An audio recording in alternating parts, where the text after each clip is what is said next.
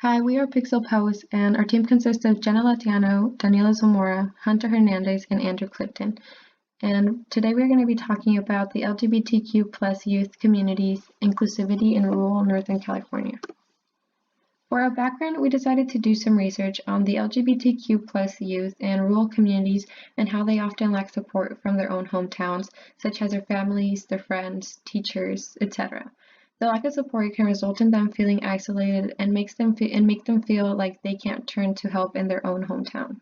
This can push them to look for a more accepting environment, such as urban communities. For our Hunt statement, we are researching LGBTQ plus representation, or lack thereof, in rural communities to help us design a service that will help this struggling community feel more included and more represented in rural areas. We created a stakeholder map using an onion graph. The map shows who we believe to have the most stakeholders in our service, starting with tan, to light blue, then orange, and our lowest interest being dark blue. In our highest interest color tan, we have things like event manager, schools, and business funding events. In light blue, we have things like volunteers, families, and business owners. In orange, we have PTA, principals, and teachers. In our lowest interest of dark blue, we have conservative political views, sports coaches, and school admins. For our territory map, we wanted to organize everything that has a place within our service. We've decided to do this using a Venn diagram. We have 3 light blue circles with prejudice, legalities, and media. With prejudice, we have things like homophobia, transphobia, employment discrimination. In legalities, we have things like gay rights, conversion therapy, and how it is illegal to adopt in some states.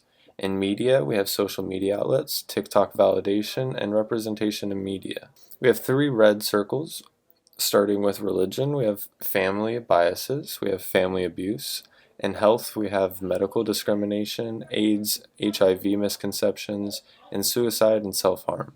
In social experiences, we have getting outed, sexualization of queer female minors, and invalidation. We also have one tan circle with school. We have gendered bathrooms, sex ed, small social circles, and bullying. We can see that school and social experiences overlap with gendered bathrooms, sex ed, and small social circles. And we can also see how school, prejudices, and social experiences all share bullying. We also can see how social experiences and media have an overlap of lack of social representation. We chose to create 3 personas that mirror 3 different people that may engage with our service. Our first persona is Allie, a 15-year-old closeted lesbian attending high school in Redding, California. She is someone who may look to our service for support and to feel accepted. Our second persona, Ron, is an example of a potential naysayer. Ron is someone who may become a barrier to our service due to his beliefs. Tom is our third persona. He's another member of the Redding High School.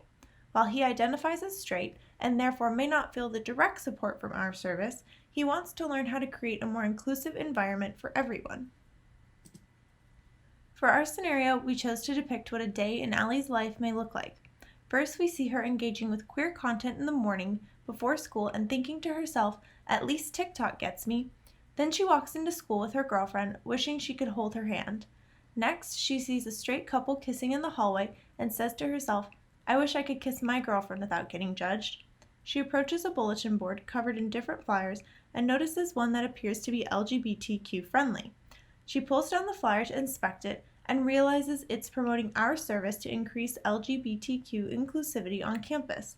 She takes the flyer with her as she leaves school with a newfound sense of hope, thinking, maybe things will get better after all. We created a journey map in order to depict the daily routine and a day of the life of Allie. This is very dependent on things such as representation, homophobia she may have to deal with in her town, along with having to hide her identity and sexual orientation from her family. Our research will focus on literature reviews, surveys, directed stories, and a student diary. All of these will be handled within the next few weeks, so we will go over all of our research, and hopefully this will give us what we need in order to finish our project. Thank you for your time, and have a good day.